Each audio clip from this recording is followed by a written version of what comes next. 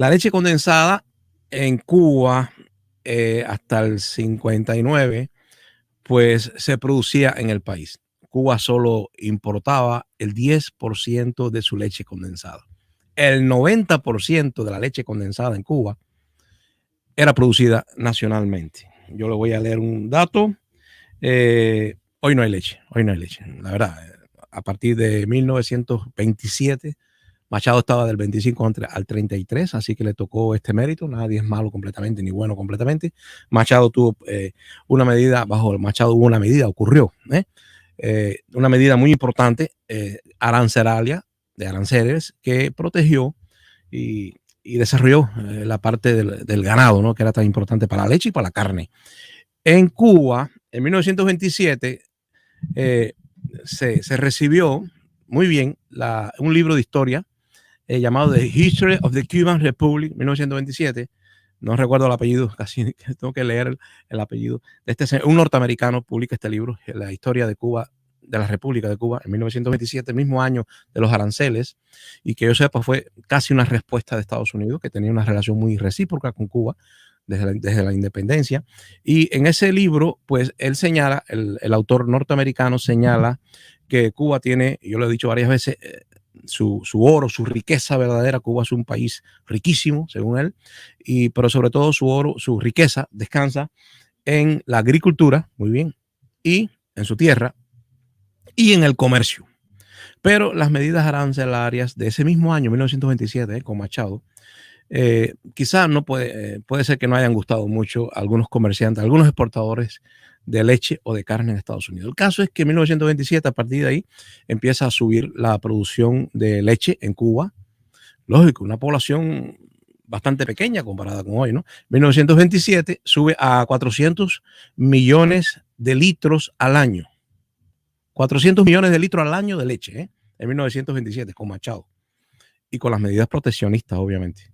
No sé, no estaba llegando leche barata de los Estados Unidos para destruir el mercado nacional.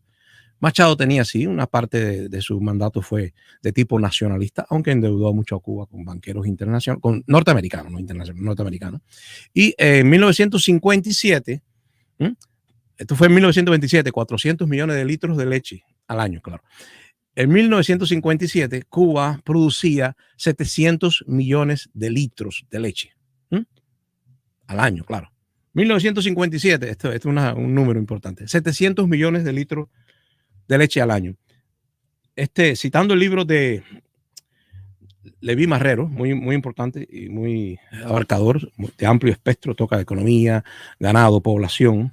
Teníamos menos gente, mucha más tierra disponible, y además está decir que para la cría de ganado es importante que la tierra no sea la más fértil del país, más bien las tierras menos fértiles y de sabana son las propicias, y así no se le da un mal uso a las tierras más fértiles que son para la producción agrícola.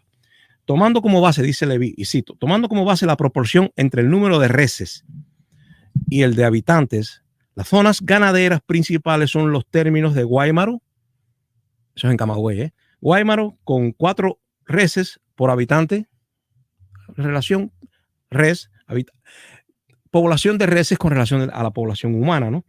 4 reses por persona en Guaymaro, 4 reses por habitante, sí. Camagüey, 2.6. Bueno, ustedes saben, por eso viene con un sombrero, no es camagüeyano, pero me parece que es lo más cercano a un sombrero de ganadero.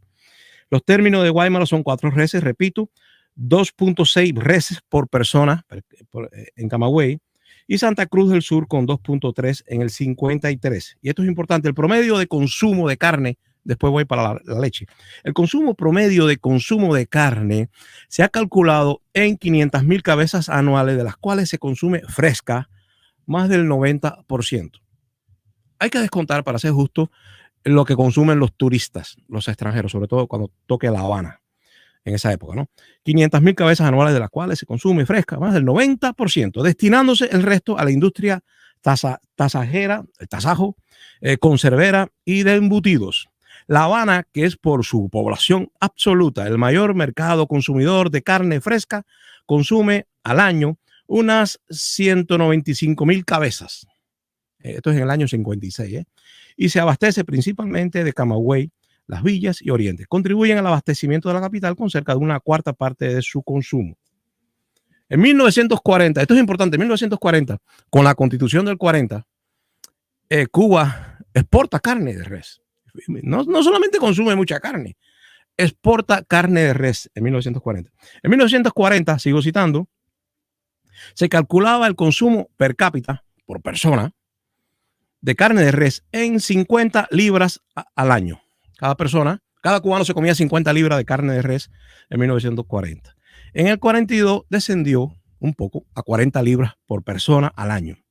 Pero en 1956, y esto ya es con Fulgencio Batista recibiendo todos los beneficios, obviamente, de los auténticos, de la economía, porque no todo lo hizo Batista, pero está Batista en el poder, ya dio el golpe de Estado. En el 56 el consumo promedio anual era de 144 libras per cápita. Cada cubano se comía 144 libras per cápita. No, unos se comían más y otros comían menos, y hay que descontar con relación a La Habana lo que consume el turismo. En La Habana se elevaba, y ahí está, por eso que en La Habana se consume más también. En La Habana se elevaba el consumo anual a 213 libras de carne de res por persona al año y a 58 libras en el resto de la isla. Repito, el turismo en La Habana era muy denso el turismo. Muchos de los cruceros que llevaban desde aquí, desde Miami, desde las redes de hoteles turísticas del sur de la Florida, iban gente que era parte de su tour, ir a La Habana y no se adentraban en las provincias. Por eso que hay un consumo tan elevado, ¿no? También supongo yo que hay que deducirlo, ¿no? Porque aquí no te lo dice. Aquí te dice per cápita. Capaz que por ahí sale algún estudio que dice que no, que el turismo estaba considerado como un consumo independiente. Pero la estadística que yo tengo es 213 libras de carne de res al año por cada habitante de La Habana y 58 libras en el resto de la isla. La verdad, la carne de res que se consumía en Cuba era magra, carne magra. El cubano no le gusta, el cubano no tiene esa costumbre que, por ejemplo, en Argentina tienen de asar la carne. Si la carne de res va a ser asada, debe tener más grasa, como se supone. La carne que comía el cubano casi siempre era magra, o sea, sin grasa, desgrasada. Por lo tanto, la vaca que se desarrollaba, el ganado que se desarrollaba no era un ganado de engorde, era un ganado que podía muy bien vivir con la hierba hasta que llegó el comunismo y tuvo que vivir, el nuevo ganado tuvo que vivir del pienso traído de Bulgaria y Hungría. Se complicó la cosa y al final se exterminó por completo, casi por completo. Hoy en Cuba ni hay carne de res, sobre todo después que se le permitió a los campesinos vender parte de su carne. Obviamente hay mucho más dinero, mucho más beneficio para un campesino vender libremente su carne, la carne de su ganado, no la suya, la carne de su ganado, vendérsela al consumidor. A él le da más dinero que seguir despachando la leche a tan bajo precio que se le destina al Estado. El Estado es verdad que patrocina para los enfermos, para los viejitos, para los ancianos, para los que tienen dietas y para los niños subsidia gran parte de esa leche que le compra el campesino y que ahora no le puede comprar porque el campesino está liquidando su vaca, la está vendiendo la carne, así que ha disminuido la leche y tenemos una situación muy seria en Cuba porque las últimas noticias de hoy mismo que yo tengo es que hasta a los niños ya se va a decidir no darle leche a los niños. Y eso es muy serio, muy serio. Ya casi comparto con ustedes. Me imagino que hayan entendido la relación entre la carne y la leche porque el gobierno cubano insistió en esto y la mayoría de ustedes lo sabe, insistió en que no se podía matar la carne, la vaca no se podía matar en Cuba, o sea, la carne de res, sí, había un poquito por aquí y por allá y la que el gobierno despachaba, pero no, el campesino no podía matar libremente. Era quizá uno de los pocos países del mundo donde no se podía matar la vaca para venderla en el mercado. O sea, ni para comérsela usted. O sea, el campesino nunca pudo tener acceso a la carne de su propio ganado. De hecho, mi abuelo tuvo vacas. Cuando era un niño recuerdo que él me lo dijo. Me dijo, no, aquí podemos tomar toda la leche que queramos, pero no podemos comer carne de vaca. No se podía comer, estaba prohibido. Y va preso si la sacrificaba. Y sí, recuerdo que él ordeñaba, siendo un anciano ya, 80 y pico de años, seguía ordeñando las vacas, muy saludable él.